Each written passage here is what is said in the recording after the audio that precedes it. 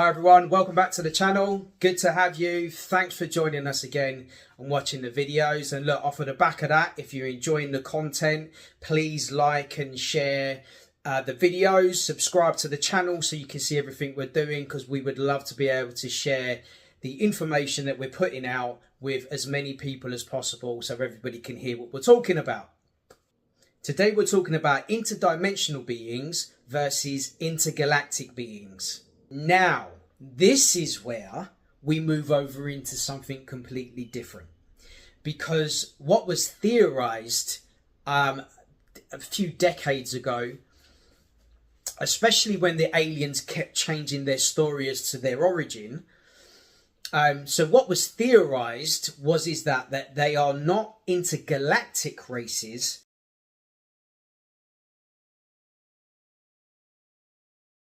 but they are interdimensional.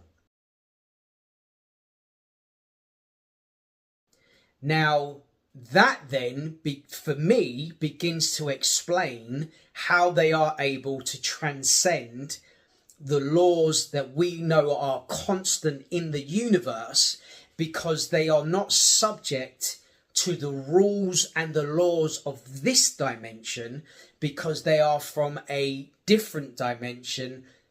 I would go as far as to say they are from a higher dimension, meaning that they are able to transcend all of the known laws within our universe, because they come from a dimension that is not subject to the same laws in their own dimension. And in order to get from their dimension into our dimension, they have found the capability of transcending. Now that makes sense to me.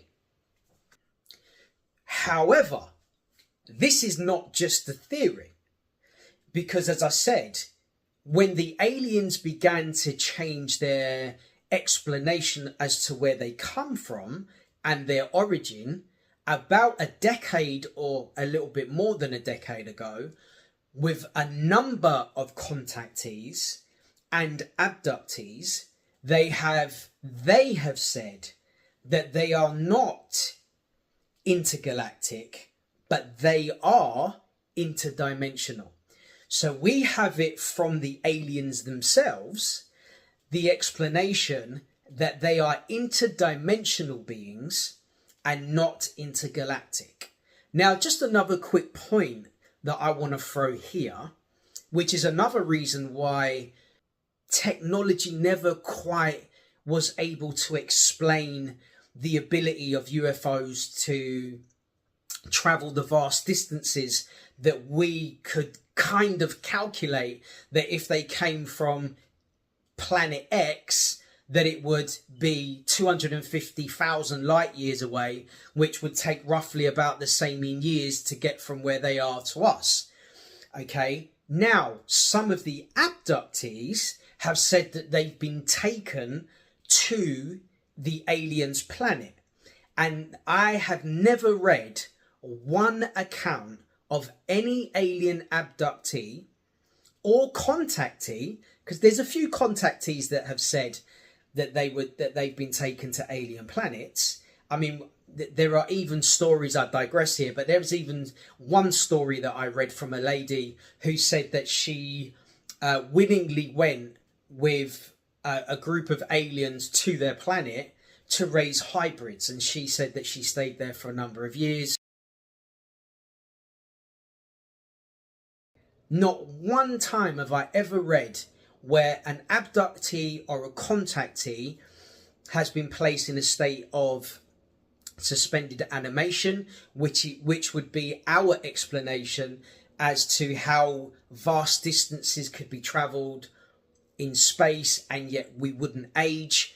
Not one person has ever spoken about being put in suspended animation. Not one person has ever spoken about going through a wormhole or a black hole, which is what many of the scientists theorize is the capability of the UFOs to be able to travel the vast distances, because this is a real scientific problem.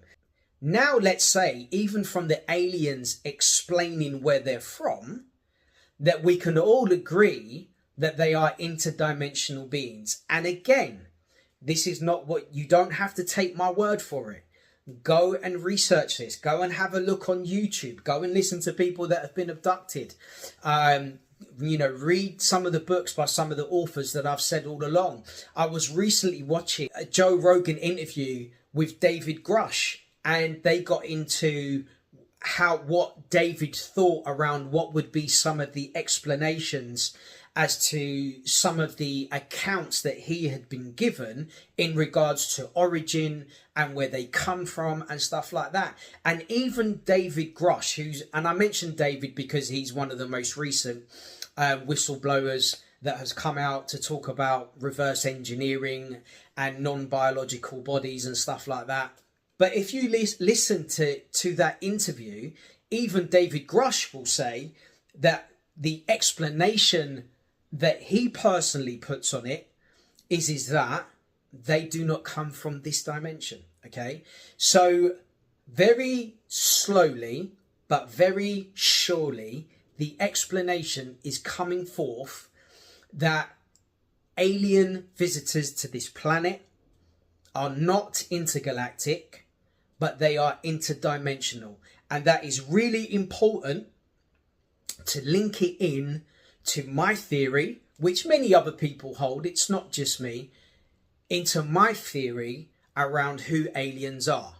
We have launched the book. It is ready to go, and you can purchase it if you'd like some more information or want to go a bit deeper into the sessions that you've seen me deliver on my channel. Just email us at the address there. The book will be £7.50. We'll tell you how to pay for it, and then we'll get you a copy of the ebook.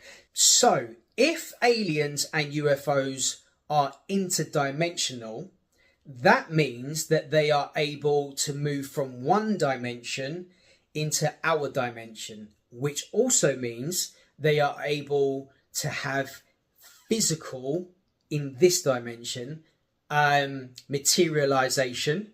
They can materialize physically, so we can track them on the radars. We can see them, our pilots can see them and visualize them. So they can have a material existence, manifestation in this dimension, in the earth realm, and that they can then dispossess that material manifestation when they go into another dimension, because in another dimension they would have to have a different existence in order to be able to go from materializing in our dimension and non-materializing to move over into their own dimension. Okay, so really simply, when they materialize, they take on substance, a form, but when they disappear, all of that goes. So they materialize and dematerialize. Now, the Bible says that all non-physical entities are termed as spirit beings in the Bible.